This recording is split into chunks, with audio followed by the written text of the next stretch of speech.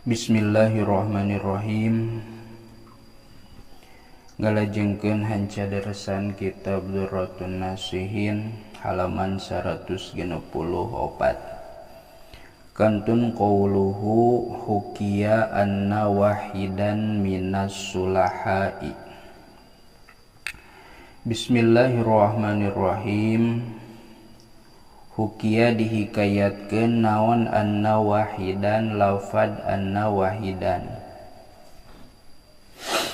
Anna wahidan saestuna hiji jalma minas sulahai ti sawarehna pirang-pirang jalma anu soleh.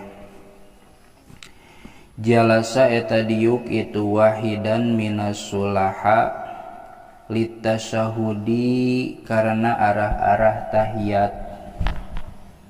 Wa nasiya sareng poho itu wahid as-sholata kana maca sholawat ala nabiyyi ka Kangjeng Nabi alaihi sholatu wassalam. Alaihi eta muga tetep ka itu Nabi as-sholatu ari rahmat wassalamu sareng kasalamatan. Faro'a maka ningali itu wahid Rasulullahi ka Rasulullah fi naumihi dina sarena itu wahid. Ningali dina waktu sare maksudna ngimpi. Faqala teras ngadawuh lahu ka itu si wahid saha an-nabiyyu Kangjeng Nabi alaihi sholatu wassalam. Alaihi eta boga tetep ka itu Nabi as-sholatu ari rahmat wassalamu sareng kasalamatan. Ngadawuh kana lafad lima na saita as-sholata alayya lima karena naon nasaita poho anjeun as-sholata kana maca sholawat alayya ka kami. Faqala maka teras ngucap itu si wahid kana lafad ya Rasulullahi. Ya Rasulullahi he Rasulullah istaghaltu geus narima katungkul abdi bitsana illahi ta'ala kalawan muji atawa ngalem ka Allah ta'ala wa ibadatihi sareng ibadah ka Allah. Fanasaitu maka hilap abdi.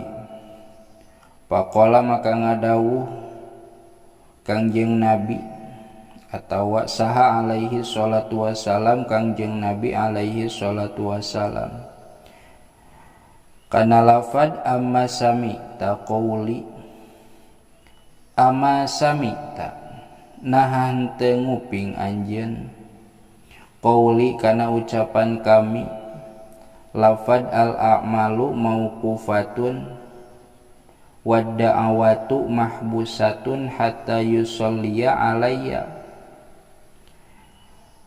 Al-amalu ari pirang-pirang amal mauqufatun eta anu ditangguhkeun. Wad da'awatu sareng ari pirang-pirang doa mahbusatun eta anu ditahan. Hatta yusolliya sehingga yen maca sholawat itu jalma alaya ka kami. Lau jaa lamun mah datang saha abdun hiji hamba yaumal kiamati dina poe kiamah bihasanati ahli dunia kalawan mawa pirang-pirang kaalusan ahli dunia walam takun barina henteu bukti bihi eta tetep dina itu hasanat teh naon sholatun sholat maksudna maca sholawat naon sholatun maca sholawat alaya ka kami ruddat tah ditolak itu hasanat walam tukbal sareng henteu ditarima itu hasanat. Zubdatul wa'idin. Dina ieu hikayat aya hiji jalma anu mana ieu jalma teh termasuk jalma anu soleh.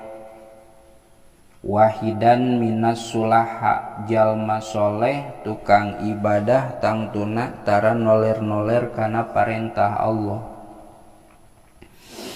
anu mana ieu jalma teh jalasa litasyahudi wa nasiya as-sholata nalika keur salat pas asup kana diuk tahiyat atawa tasyahud akhir ngan eta jalma teh poho kana salat, maksudna poho kana maca sholawat, berarti at-tahiyatul mubarakatus sholawatut thayyibatu lillah nepikakeun asyhadu an la ilaha illallah wa asyhadu anna muhammadar rasulullah. Geus kitu teh assalamualaikum maca tahiyat, sabada tahiyat teu maca sholawat, gitu maksudna.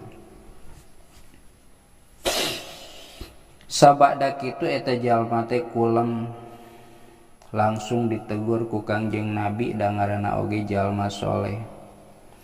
Di dieu dibahasakeunana faro'a Rasulullah fi naumihi, eta jalma anu soleh ngimpen Kangjeng Nabi hadir, bahkan Kangjeng Nabi naroskeun ka anjeunna tina perkara salat anu dina eta salat teh hilap teu maca tahiyat. Naros Kangjeng Nabi ka eta jalma, lima nasaita as-sholata alayya, he pulan mun dipapantes ku bahasa urang nya anu asli nama wallahu a'lam duka kumaha.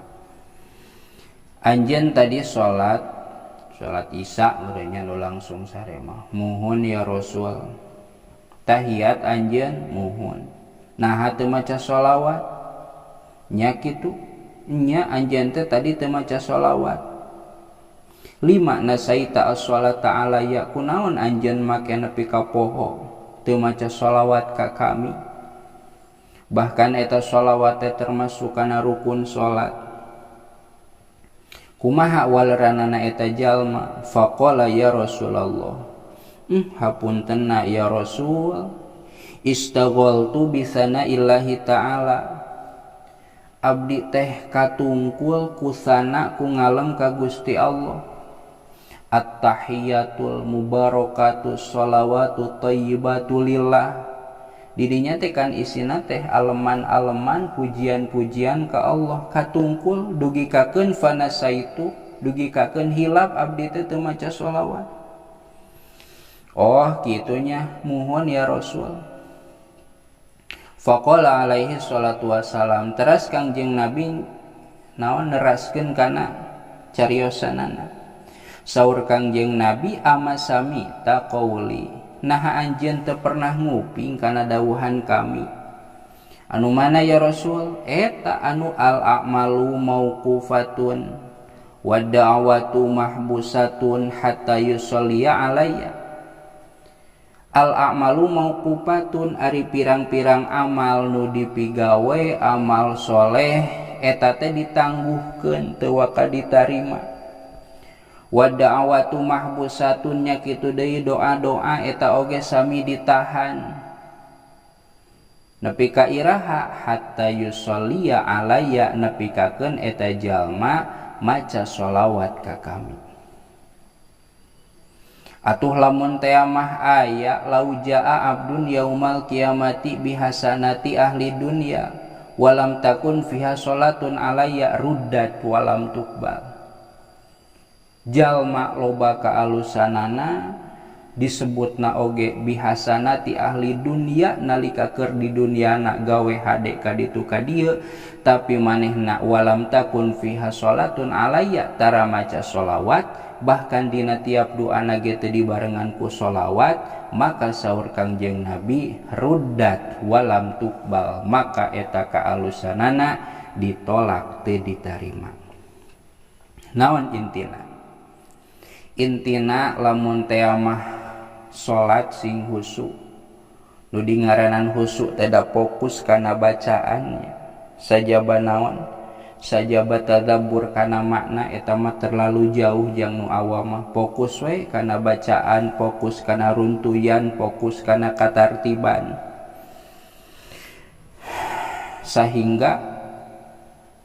di dia diancam ku Rasul lamun teh mah jalma tara maca sholawat kapan amalna ge ditangguhkeun teu waka ditarima, doana ge ditangguhkeun ditahan teu waka ditarima. Bahkan lamun eta jalma gawe kaalusanana ditolak lamun teh mah teu maca kana sholawat. Zubdatul wa'idhin cekap wallahu a'lam bishawab. Bismillahirrahmanirrahim. Ngalajengkeun hanca darasan kitab Durratun Nasihin halaman 164. Kantun qauluhu anin nabiyyi sallallahu ta'ala alaihi wasallam. Di dieu aya huruf ta anu dikurungan. Eta teh nandakeun bahwa anu ngariwayatkeunana Imam Tirmidzi. Anin nabiyyi nampi ti Kangjeng Nabi Muhammad sallallahu ta'ala alaihi wasallam. Shalla muga nambihan rahmat saha Allah Ta'ala alaihi kaitu Nabi wasallama sareng muga nambihan kasalamatan itu Allah kaitu Nabi. Annahu kana saestuna itu Nabi qala eta parantos ngadawuh itu Nabi kana lafad inna awlan nasi saestuna pang utama jalma bi mungguh kami yaumal kiamati dina poe kiamah. Aktsaruhum eta teh anu pangloba-loba na itu jalma alaya ka kami naonana sholatan maca sholawatna. Saur Kangjeng Nabi anu mana ieu hadis teh diriwayatkeun ku Imam Tirmidzi bahwa Kangjeng Nabi ku anjeun nyarioskeun inna awlan nasi bi yaumal kiamati aktsaruhum alaya sholatan. Bahwa pang utama-utamana jalma dina poe kiamah mungguh kami versi Kangjeng Nabi eta teh aktsaruhum alaiya sholatan, jalmi anu pang seueur-seueurna maca sholawat ka kami. Babari lamun dina kitu namanya, lamun aya bahasa teu pira maca sholawat ngan pedah nya kitu teh godaanana berat hayang maca sholawat teh. Allahumma sholli ala sayyidina Muhammad sakali, Allahumma sholli ala sayyidina Muhammad sakali, beuki sering macana maka eta jalma boga kautamaan boga kaunggulan versi Kangjeng Nabi dina poe kiamah. Sedangkeun lamun jalma utama mungguh Nabi tangtosna eta jalma utama mungguh Allah. Titik. Hukia panjang teu hikayatna. Hukia dihikayatkeun naon anna zahidan lafad anna zahidan saestuna hiji jalma anu zuhud. Tadi carioskeun nami nama pokona nama aya hiji jalma anu zuhud. Ro'a eta ningali itu zahid an-nabiyya ka Kangjeng Nabi alaihi salatu wassalam. Alaihi eta muga tetep ka itu Nabi as-salatu ari rahmat wassalamu sareng kasalamatan ningali fi naumihi dina waktu sarena itu zahid ngimpen deui wae ieu jalma. Kumaha dina impenanana teh fastaqbala maka madab saha az-zahidu zahid teh jalma anu zuhud atawa emang ngaranna zahidnya di dieu teu dicarioskeun. Intina mah aya jalma anu zuhud. Madab saha az-zahidu itu zahid ilaihi ka itu Nabi. Zahid madab ka Kangjeng Nabi.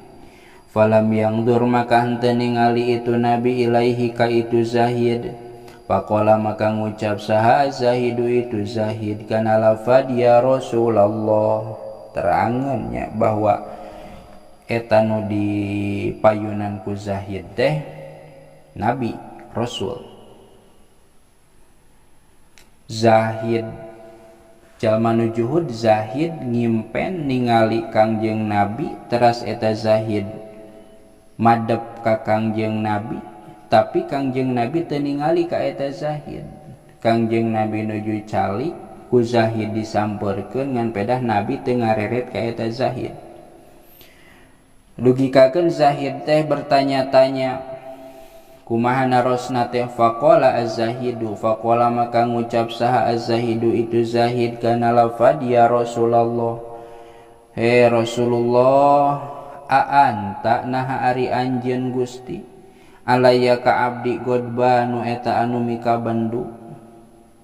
Dupi Kangjeng Rasul teh bendu ka abdi, dugikakeun teu ningali ka abdi, teu ngareret ka abdi. Diwalar ku Kangjeng Nabi, faqala alaihi salatu wassalam, faqala maka ngadawuh saha Kangjeng Nabi, saha alaihi salatu wassalamu Nabi alaihi salatu wassalam, alaihi eta muga tetep ka itu Nabi as-salatu ari rahmat wassalamu sareng kasalamatan. Saur Kangjeng Nabi, la henteu bendu kami mah. Naha anjeun bendu ka abdi? Henteu. Lah kitu merenya mun dipapantesna. Sabada kitu faqala maka ngucap itu Zahid, teras Zahid teh ngucap deui, ama ta'rifuni wa ana pulan az-Zahid. Ama ta'rifu naha henteu uning ngagustini ka abdi, wa ana sareng ari abdi teh pulanu eta anu mang anu ki anu az-Zahidu anu zuhud teh geuning Gusti ieu teh. Sombongnya meureun supaya naon, supaya gampang kakenali maksudna. Saur Kangjeng Nabi kumaha? Faqala maka ngadawuh saha Nabi Kangjeng Nabi alaihi salatu wassalam, alaihi eta muga tetep ka itu Nabi as-salatu ari rahmat wassalamu sareng kasalamatan. Kumaha saur Kangjeng Nabi? Lam a'rif teu wau teu nyaho kami ka anjeun.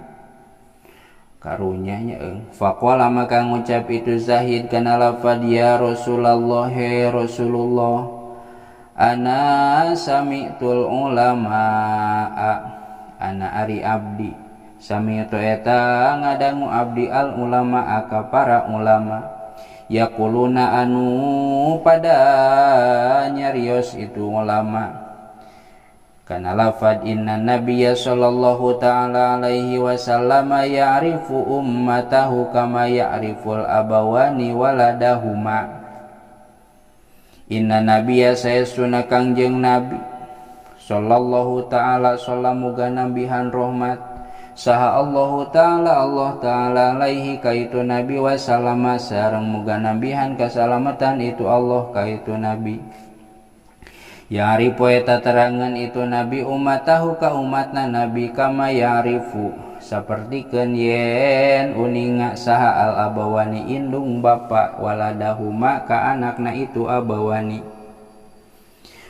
Faqala maka ngadawuh saha Nabi Kangjeng Nabi sallallahu ta'ala alaihi wasallam, sallam muga nambihan rahmat sa Allahu Gusti Allah ta'ala barina maha luhur Allah alaihi kaitu Nabi wasallam sareng muga nambihan kasalamatan itu Allah kaitu Nabi. Sodaqol ulama, sodaqo geus bener saha al ulama pirang-pirang ulama. Inna nabiyya saestuna nabi a'rafu eta leuwih nyaho min huma tinimang itu abawani bi ummatihi ka umatna itu nabi. Ay billadzi tegasna ka jalma anu yusolli anu maca sholawat itu ladzi ala nabiyihi ka nabina itu ladzi biqadri sholatihi kalawan ukuran maca sholawatna nabi. Zuhratur Riyad nyarioskeun kana ieu kisah naon kitab Zuhratur Riyad kieu maksudna nya bisi leula teuing dina nu sabadana we. Wallahu a'lam bishawab. Bismillahirrahmanirrahim. ngalajengkeun hanca darasan kitab Durratun Nasihin halaman 164 ngalogat nama kantun hukia annam ro'atan ja'at ilal Hasanil Basri. Namun sate acana dina video sate acan ieu aya kisah aya hikayat bahwa aya hiji jalma anu eta jalma teh zuhud apik. Eta jalma pendak sareng Kangjeng Nabi dina waktos kulemna. Gimpen papendak sareng Kangjeng Nabi. Dina eta impenan teh eta zahid, anggap we zahidnya jalma anu zuhud. Nepangan ka Kangjeng Nabi ngan Kangjeng Nabi henteu ngalirik, henteu ningali ka eta si zahid teh. Dugikakeun eta zahid teh bertanya-tanya. Di dieu mah dibahasakeunana. Ya Rasulullah anta alaya godban, ya Rasulullah naros jahid teh ka Nabi. Nah anjeun teh bendu ka abdi. Ku Kangjeng Nabi diwaler lah henteu teu bendu kami mah. Teras naros deui eta jalma teh eta si zahid teh. Kumaha narosna ama ta'rifuni wa ana pulanu zahid. Gusti uninga teh ka abdi. Abdi teh anu zuhud teh ning Gusti. Saur Kangjeng Nabi diwaler. Lam a'rifka, teu wawuh kami mah. Abdi ieu teh ya Rasul, teu wawuh kami mah. Tuluy kumaha saur jahid ya Rasulullah. Kangjeng Rasul, abdi teh kantos ngadangu ti para ulama bahwa ari nu namina nabi teh eta wawuheun ka umatna. Teu beda we sapertikeun indung bapa anu wawuh ka anak. Kan ari ngaran-ngaran indung bapa kanu jadi anakna wawuh. Ceuk paribasana boro-boro dinu caang, dinu poek oge wawuh. Ku ngadenge sorana ge wawuh, ku nyekel sukuna hungkul oge wawuh, ngaran-ngaran kolot kanu jadi anak. Tah saur para ulama bahwa nabi ka umatna teh wawuhna sapertikeun kitu. Geuning ayeuna Rasul teu wawuh ka abdi. Tah sabada kitu. Kumaha saur Kangjeng Rasul? Shadaqal ulama, bener nu diobrolkeun ku para ulama teh bener bahwa nabi ka umatna eta teh wawuh sapertikeun kolot wawuh kanu jadi anak. Nabi ka umatna ge wawuhna sapertikeun kitu. Bahkan inna nabiyya a'rafu minhuma bi ummatihi. Bahkan nabi mah wawuh kanu jadi umatna teh leuleuwiheun ti kolot wawuh kanu jadi anakna. Lamun indung bapa wawuh kanu jadi anakna sedetail eta, maka nabi mah bakal leuwih wawuh kanu jadi umatna. Ngan pedah catetan ay billadzi yusolli ala nabiyhi biqadri sholatihi. Ngan nabi wawuh kanu jadi umatna teh lamun eta umat nabi sok maca sholawat ka Kangjeng Nabi. Cik kasarna mah biqadri sholatihi. Sanajan maca sholawatna teh ngan sakali-kalina. Ta eta wawuh nabi kanu jadi umatna teh lamun eta umat sok maca sholawat ka kami. Maca sholawat ka Kangjeng Nabi. Atuh mafhumna kumaha? Bisa dipahami ku urang bahwa jalma anu tadi, jalma anu zuhud teh tara maca sholawat. Zuhudna mangan pedah tara maca sholawat. Sehingga ditegor ku Kangjeng Nabi melalui impenanana. Kangjeng Nabi teu wawuheun ka anjeunna. Pangna teu wawuheun teh da eta jalma tara maca sholawat. Da Kangjeng Nabi bakal wawuh kanu jadi umatna lamun eta umatna sok maca sholawat. Naon intina? Intina memeh urang terlambat mempeng hirup keneh, mempeng mampuh keneh. Da saha atuh jalma anu mung wawuh jeung nabina. Nyeri hate meureun lamun jalma ku nabina teu ditingali-tingali acan. Sok mempeng aya keneh waktu lobakeun maca sholawat supaya diangken ku Kangjeng Nabi. Zuhratul Riyad titik. Ngalogat Bismillahirrahmanirrahim. Hukia dihikayat ke naon annam ro'atan lafad annam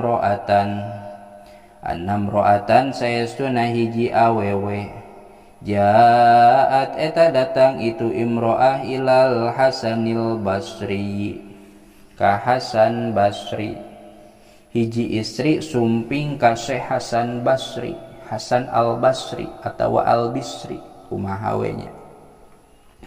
Faqalat maka ngucap itu imro'ah kana lafad ya ustadzu he ustad he guru innali saestuda eta tetepikeun kami atawa boga kami bintan ari aya hiji anak awewe matat anu maot itu bintan teh uridu ngamaksud abdi an aro kana yen ningali abdi haka itu bintan fil manami dina waktu sare fa'alimni fa'alim maka kudu ngawurukan atawa muga meureunnya ka guru mah mun nitah teh mugi ya gitu ulah nitah kudu gitu sanajan esina mah akur-akur keneh fa'alim maka muga ngawurukan ni ka abdi sayan kana hiji perkara cenah panggilan fa'alim maka kudu ngawurukan anjeunnya ni ka abdi sayan kana hiji perkara minal khawasi ti ulama khawas ulama anu seukeut paningalina deukeut jeung Allah hatta aros sehingga yen ningali abdi ka itu bintan sabada kitu fa'alama teras ngawurukan itu seha ka itu imro'ah as-sholata kana sholawat paroat maka ningali itu imro'ah bintaha ka anakna itu imro'ah fil manami dina waktu sare walaiha sareng eta tetep ka itu bintan libasun ari aya baju atawa ari make baju min kitronin tina terna neraka wa fi unukiha sareng eta tetep dina pundukna itu bintan teh ghollun ari aya belenggu neraka wa fi rijlaiha sareng eta tetep dina dua sukuna itu bintan teh qaidun ari aya borogodan minan nari tina neraka fastaiqadot teras nyaring itu imro'ah wajaat sareng datang itu imro'ah ilal Hasanil Bisri atawa Basri ka Syekh Hasan Basri bakiatan barina anu ceurik wa wasofat sareng nyipatan itu imro'ah makana perkara roat anu ningali itu imro'ahu kana itu emak fabaka maka nangis saha Al Hasanu Syekh Hasan Basri wa ashabuhu sareng pirang-pirang sahabatna itu Syekh Hasan Basri summa mado tuluy ngaliwatan naon muddatun hiji waktu paroa maka ningali saha Al Hasanul Basri Syekh Hasan Basri fil manami dina waktu sarena annaha kana sayasuna itu bintan teh fil jannati eta tetep aya di surga ala sariri netepan kana luhureun ranjang atawa naon sarirun ranjang wa ala rosya sareng eta tetep dina sirahna itu bintan tajun ari aya mahkota yudi anu nyaangan itu tajun mak kana perkara bainal masyriki anu tetep itu umma aya di antara masyrik wal maghribi sareng maghrib faqalat maka ngucap itu bintun ya ustadzu kana lafad ya ustadzu panjang keneh henteu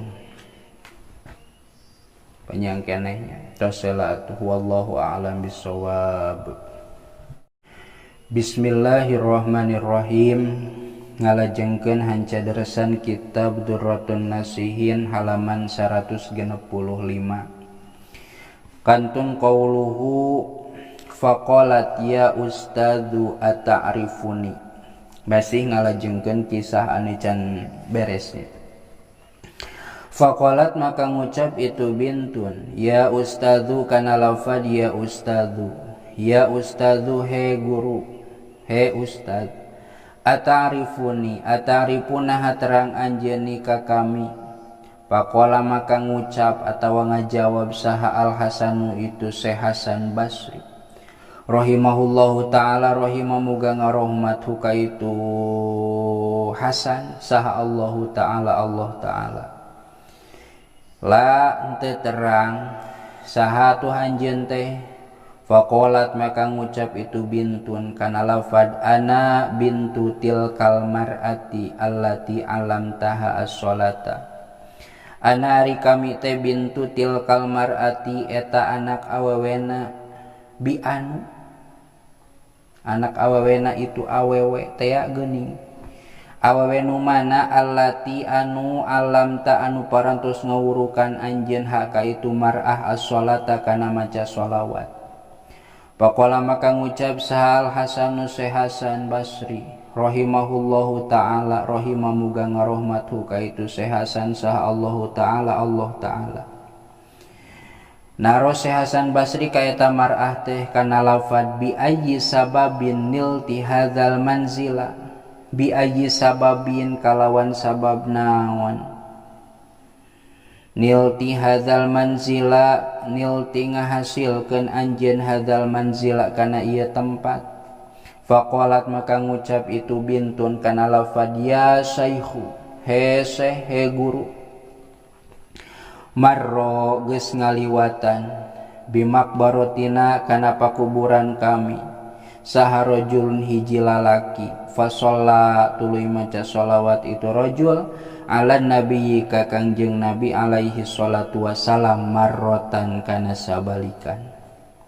Wa ja'ala sareng ngajadikeun itu rajul sawabaha kana ganjaranana itu sholawat lana pikeun abdi sadaya. Wa kana sareng bukti fi makbarotina tetep di tempat kuburan abdi sadaya khamsumiatin ari aya 500 wa khamsuna jeung 50 naonana insanan jalmana muadzabina barina anu disiksa kabeh panudia maka digero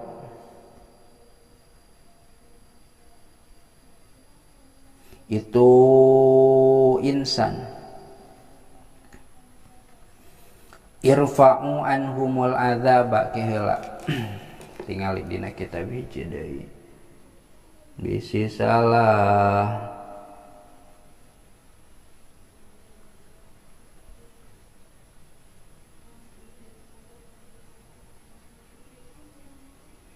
turikeun heula.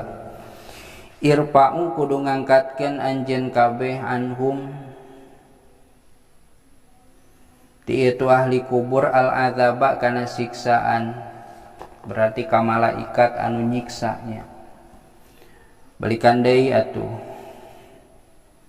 fi makbarotina eta tetep wakana sareng bukti fi makbarotina eta tetep di tempat kuburan abdi sadaya teh khamsumiatin ari aya 500 wa khamsuna jeung 50 naonana insanan jalmana muadzabina barina anu disiksa kabeh panudia maka digero itu malaikat atawa masing eta jalmana oge nya atawa aya sora. Irfa'u kudu ngangkatkeun aranjeun kabeh anhum ti itu ahli kubur al adzaba kana siksaan, leuwih cocokna ka malaikatnya. Bi barokati sholati hadzal rajuli kalawan sabab berkah sholawatna ieu lalaki ala nabi ka Kangjeng Nabi alaihi salatu wasalam, alaihi eta muga tetep ka itu nabi as-sholatu ari rahmat wassalamu sareng kasalamatan.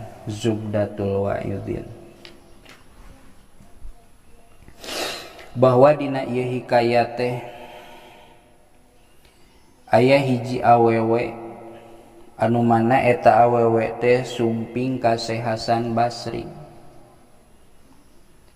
Sabada dugi eta awewe ka Syekh Hasan Basri nyarios eta awewe teh ya Syekh Syekh Hasan akang mun zaman ayeuna mah kuring teh boga budak awewe ngan pedah geus maot kacaritakeun budak awewe kuring teh bangkarwara tukang nukang nonggong kana aturan Allah ayeuna geus maot da sagoreng-goreng nage eta teh anak abdi hoyong ari ningali mah abdinya bahkan penasaran kumaha geus maotna eta pun anak teh teras kumaha saur Syekh kuring mah hoyong ningali ka eta anak sanajan aya dina impian mugi we anjeun ngawurukan ka kami abdi kedah kumaha supaya abdi ningali ka eta awewe hoyong diwurukan manawi aya amalan-amalan naon anu tiasa abdi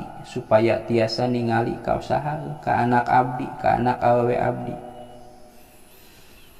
saur eta Syekh Hasan Basri fa'allamaha as-sholata geus kieu we atuh mun ceuk bahasa urangnya ari bahasa aslina mah duka kumaha kieu we ayeuna mah sok we sing loba maca sholawat mudah-mudahan Allah ngobul kana kahayang anjeun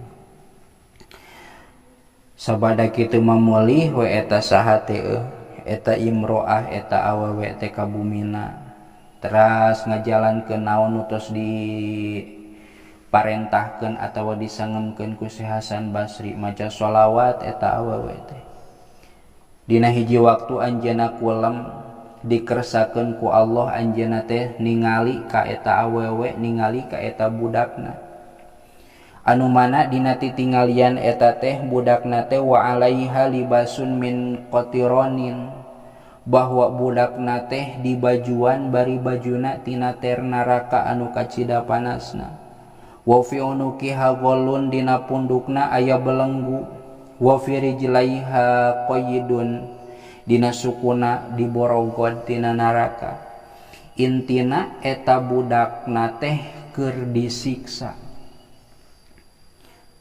sabada kitu pas taiqodzot nyaring gorenjal hudang eta awewe teh sedih ningali anak keur disiksa sabada kitu mah teu ditunda deui wajaat ilal Hasanil Basri bakiatan datang deui nyumpingan deui eta awewe ka Syekh Hasan Basri bakiatan barina anu ceuri wa wasofat maroathu cerik bari nyaritakeun akang atawa guru atawa Syekh geuning anak kami teh keur disiksa ayeuna teh dibejakeun sifatan-sifatan anu ditinggalina tadi bahkan fabaka al Hasan wa ashabuhu kangjeng Syekh jeung sahabat-sahabatna da kaleresan seueuran di dinya sami ceurik kumaha atuh dangan bisa ngadoakeun wungkul sabada kitu mahkeun sing sabar we mudah-mudahan we Allah ngahampura uih eta imroah sabada kitu sumamada mudatan gena hiji waktu faro'a al Hasanul Basriyu fil manami annaha fil jannati sababara waktos ti eta Syekh Hasan Basri ngimpen bahwa eta anak awewe teh geus aya di surga ala saririn wa ala ra'siha tajun yudi uma bainal masyriqi wal maghrib Syekh Hasan Basri ngimpen aya hiji awewe anu posisina di surga aya dina luhureun ranjang bari sirahna ngangge mahkota anu mana eta mahkota teh yudi uma bainal masyriqi wal maghrib caang mencorong ti masyriq dugi ka maghrib bakatingku caang-caangna bakatingku mengkilap-mengkilapna faqalat ya ustadzu ata'rifuni saur eta istri naros ka Syekh Hasan ya ustad Syekh ata'rifuni anjeun terang teh ka kami faqala al Hasanu saur Syekh Hasan teh la teu terang saha kitu anjeun teh faqalat ana bintu tilkal mar'ah allati alamtaha as-shalah anjeun teu terang ka kami teh budakna bi anu kami teh budakna Nyi Anu, kami teh budakna awewe anu basa nyuhunkeun diwurukan ka anjeun jeung anjeun ngawurukan kana eta awewe kana sholawat. Meureun nya meureun ieu mah cek Syekh Hasan Basri teh, kapan anjeun teh aya dina neraka, kapan anjeun teh disiksa geuning ayeuna ujug-ujug aya di surga. Faqala Al-Hasan rahimahullahu ta'ala bi ayyi sababin nilti hadzal manzil, ku sabab naon, gara-gara naon anjeun ayeuna geuning jadi aya di surga, kapan tadi nama anjeun aya di neraka. Faqalat saur eta bintun, ya Syekh guru akang Syekh marro bimakbaratina rajulun, ari sababna mah kieu, dina hiji waktu aya hiji lalaki anu mana eta lalaki teh ngaliwat ke kuburan kami sarerea, da ukuring dikubur teh lobaan di dinya teh. Tuluy pasalla alaihi ala nabi alaihi salatu wassalam marratan, tuluy eta rajul teh maca sholawat sakali. Wa ja'ala thawabahalana, jeung eta rajul teh naon ngirimkeun atawa ngajadikeun kana ganjaran eta maca sholawat teh keur kami sarerea. Wa kana fi maqbaratina khamsumi'atin wa khamsuna insanan mu'adzabina, di eta kuburan teh aya 550 kuburan, 550 urang lalaki liwat kadinya maca sholawat ka kami, ngajadikeun ganjaran sholawat keur kami sarerea. Sabada kitu fanudia irfa'u anhumul adzab bi barakati sholati hadzal rajul ala nabi alaihi salatu wassalam. Maka ku barkahna maca sholawat, ku ganjaranna maca sholawat anu ngan sakali, eta ahli makbaroh anu keur disiksa teh jadi asup ka surga gara-gara maca sholawat sakali. Naon intina keur urang? Satepurun-tepuruna usahakeun maca sholawat, terutama nalika zarah dari kemunjungan ke kuburan-kuburan kolot, kuburan-kuburan makbaroh umum, baca sholawat, wusulkeun ganjaranana keur ahli eta kubur. Da geuningan boro-boro loba kusa sholawat wae geus bisa naon, geus bisa ngangkatkeun kana siksaan mayit, siksaan ahli makbaroh anu sakitu lobana. Di dieu mah dikisahkeun khamsumi'atin wa khamsuna, 550 gara-gara maca hiji sholawat. Intina masing rajin maca sholawatnya, wusulkeun ganjaran anak pikeun anu geus maraos, terutama kolot-kolot urang akinini urang. Titik. Zubdatul wa'idhin wallahu a'lam bissawab. Bismillahirrahmanirrahim. Ngalajengkeun hanca darasan kitab Dzurratun Nasihin halaman 165 kantun qauluhu an Abdirrahman ibni Aufin. An Abdirrahmani diriwayatkeun ti Abdurrahman ibni Aufin bin Auf. Hadis diriwayatkeun ti Abdurrahman bin Auf anin nabiyyi, anjeunna nampi ti Kangjeng Nabi alaihi salatu wassalam. Alaihi eta muga tetep ka itu Nabi as-salatu ari rahmat wassalamu sareng kasalamatan. Diriwayatkeun naon annahu lafad annahu saestuna Nabi qala eta ngadawuh itu Nabi kana lafad ja'ani Jabrailu alaihi salam. Ja geus datang nika kami saha Jabrailu malak Jibril alaihi salam, alaihi eta muga tetep ka itu Jibril assalamu ari kasalamatan.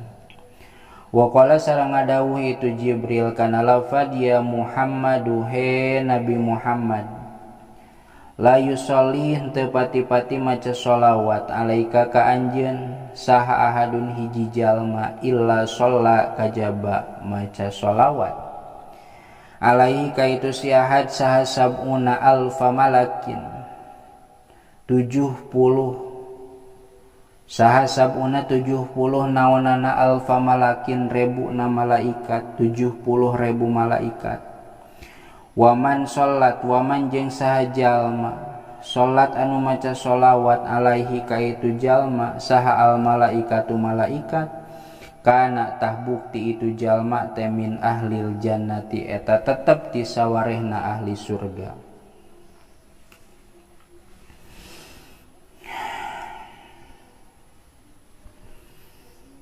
Dina ieu hadis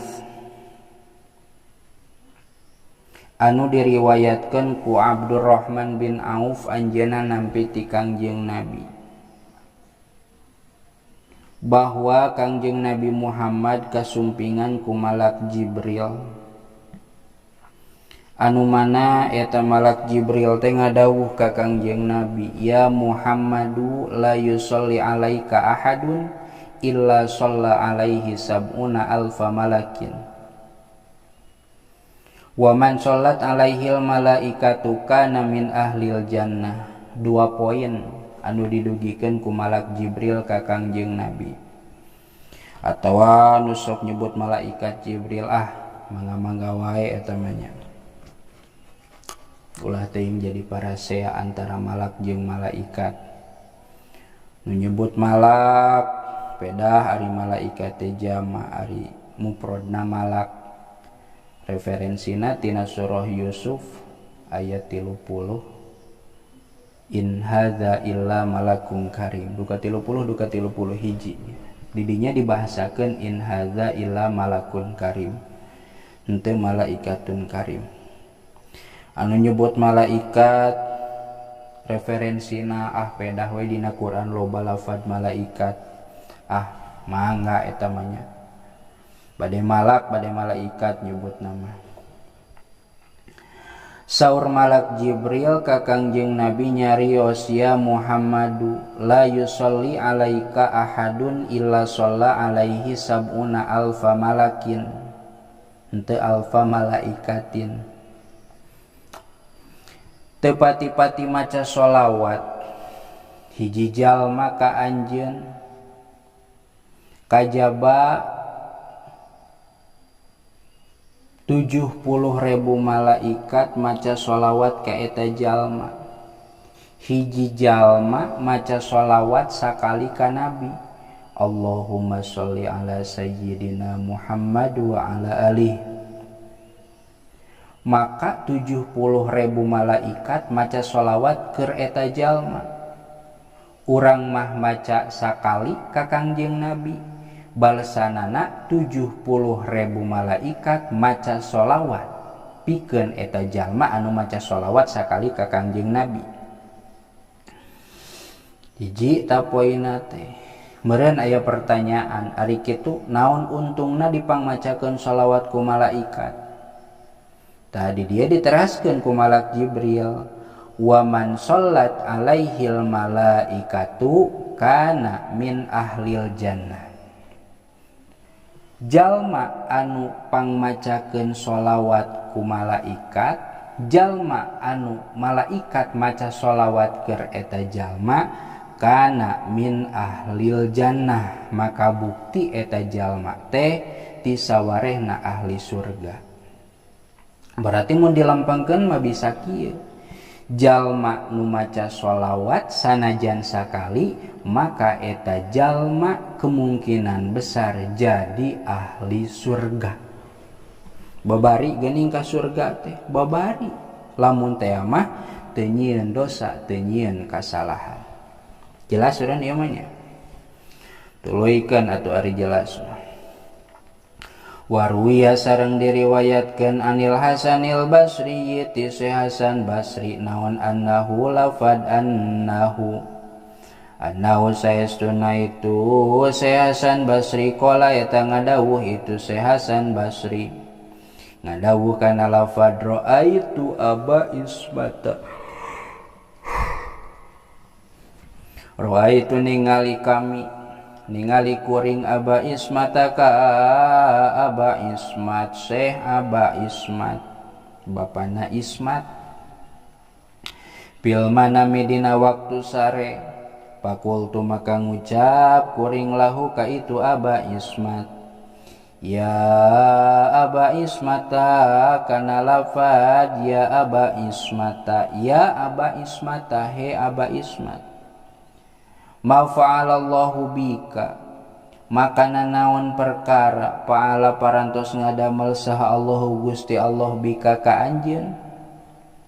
Faqala maka ngadawuh itu Syekh Ismat atawa Aba Ismat kana lafad ghafaroli, ghafaro parantos ngahampura Allah lika kuring. Fakultu maka ngucap kuring kana lafad bi ayyi sababin, kalawan sabab anu mana, kalawan sabab naon anjeun dihampura ku Allah teh. Qala ngadawuh itu Aba Ismat kana lafad ma dzakartu hadisan illa shallaitu ala nabiyyi sallallahu taala alaihi wasallam. Madzakartu teu pati-pati nyaritakeun kuring hadisan kana hiji hadis Nabi illa sholaitu kajaba maca sholawat kami ala nabiyyi ka Kangjeng Nabi sallallahu alaihi wasallam, sallallahu taala alaihi wasallam. Salam muga nambihan rahmat saha Allah taala alaihi ka itu Nabi wasallam, sareng mugi nambihan kasalamatan itu Allah ka itu Nabi. Maksudna kieu, diriwayatkeun ti Syekh Hasan Basri bahwa Syekh Hasan Basri sareng Aba Ismat teh babaturan. Dina hiji waktu Aba Ismat pupus ti payun, dugikakeun kaimpenkeun ku Syekh Hasan Basri. Panasaran ieu Syekh Hasan Basri Aba Ismat maotna kumaha. Ditaros ta Aba Ismat ku Syekh Hasan Basri da pendak dina waktu sekulem. Ya Aba Ismat, naon anu ku Allah dipidamal ka anjeun, anjeun teh kan geus maot. Tah kumaha ayeuna babalesna? Naon nu dipidamal ku Allah ka anjeun teh? Saur Aba Ismat, ghafaroli alhamdulillah, Syekh abdi teh dihampura ku Allah. Dosa-dosa abdi dihampura ku Allah. Geuning bisa kitu hayang atuh kami oge bi ayyi sababin, sabab naon, gara-gara naon anjeun make dihampura ku Allah teh.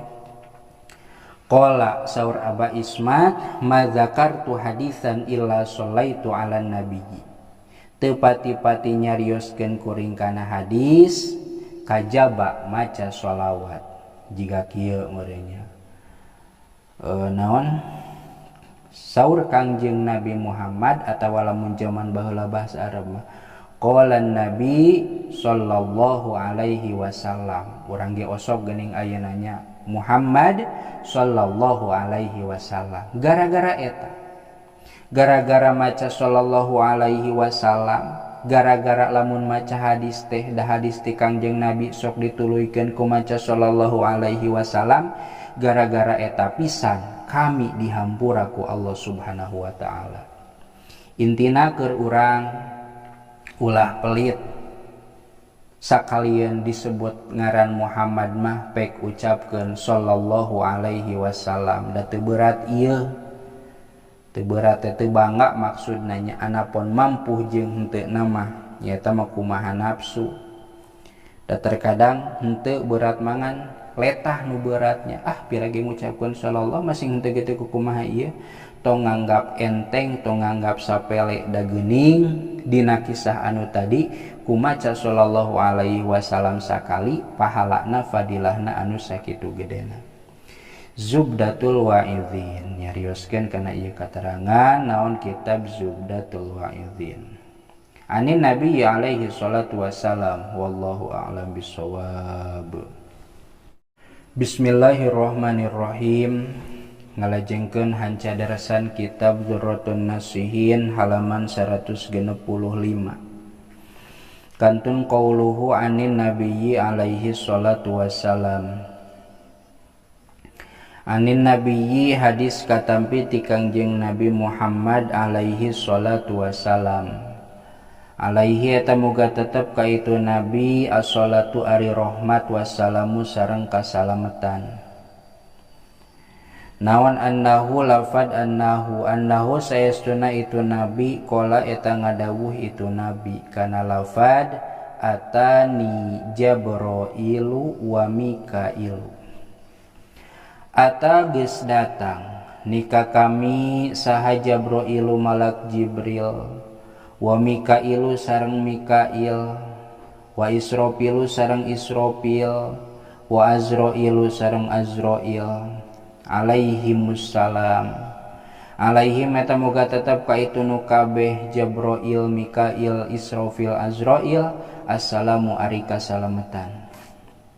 Faqala maka ngucap atawa ngadawuh saha Jabrailu malak Jibril kana lafad ya Rasulullah, ya Rasulullah, he Rasulullah, man shalla alaika fi kulli yaumin asyara marratin ana akhudhu biyadihi wa amuruhu ala sirati kal barkil khotib. Saur malak Jibril man saha jalma shalla anu maca sholawat itu man alaika ka anjeun fi kulli yaumin dina saban-saban poe asyara marratin kana 10 pirang-pirang balikan ana ari kami akhudhu eta nyekel kami biadihi kalawan leungeunna itu man wa amuruhu jeung marentah kami huka itu man ala sirati kana mentas cukang kalbarki sapertikeun kilat al khotipi anu nyamber.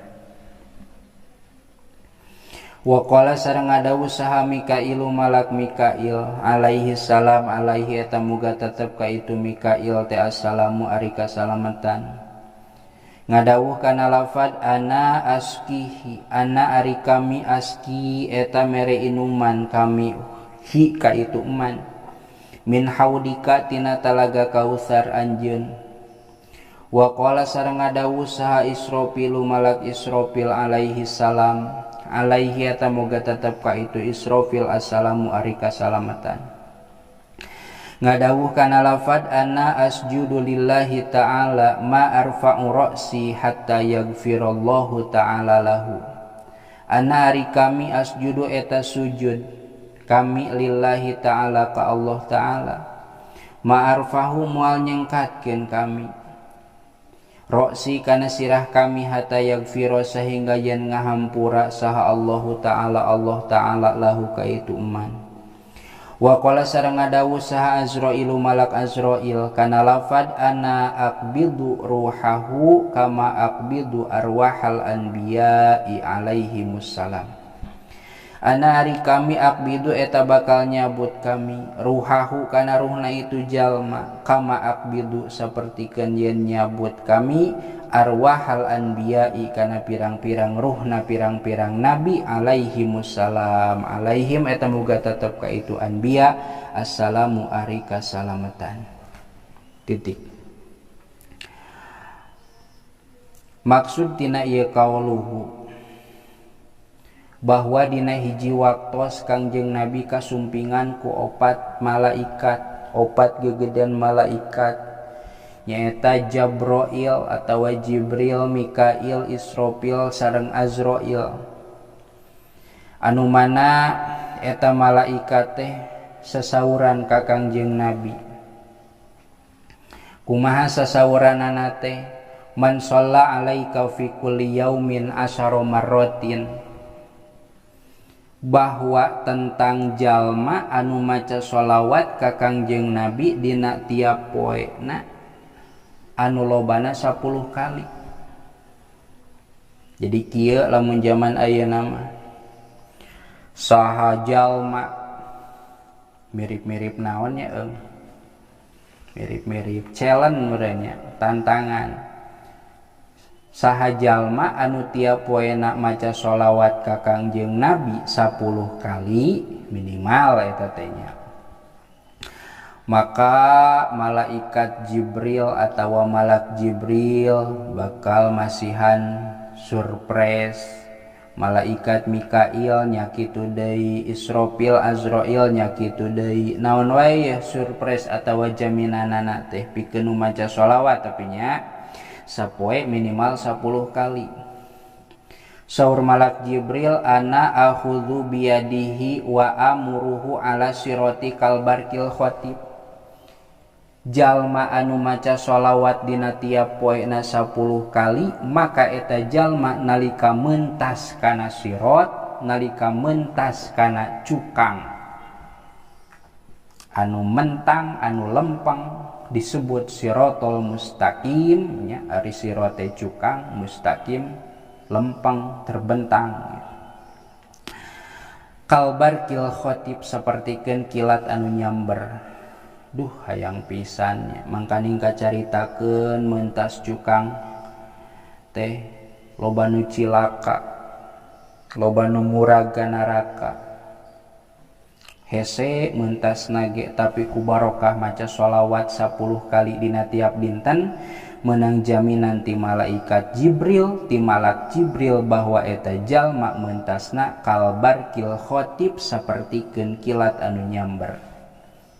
Terehnya sadetik paling oge. Eta ti malaikat Jibril, ti malak Jibril.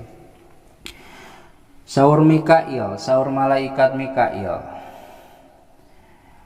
Wa qala Mikailu alaihi salam ana askihi min haudi.